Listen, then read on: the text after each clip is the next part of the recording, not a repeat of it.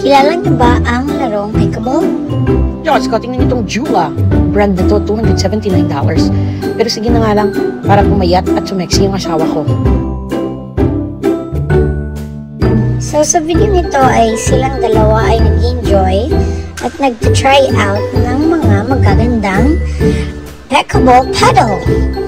Pero naku po, ang mamahal na mga presyo dito sa Amerika. Kagaya na lamang ito ng Monarch, Vanguard, at marami pang iba, mga popular brands. Diyos ko, itong Wilson, $69.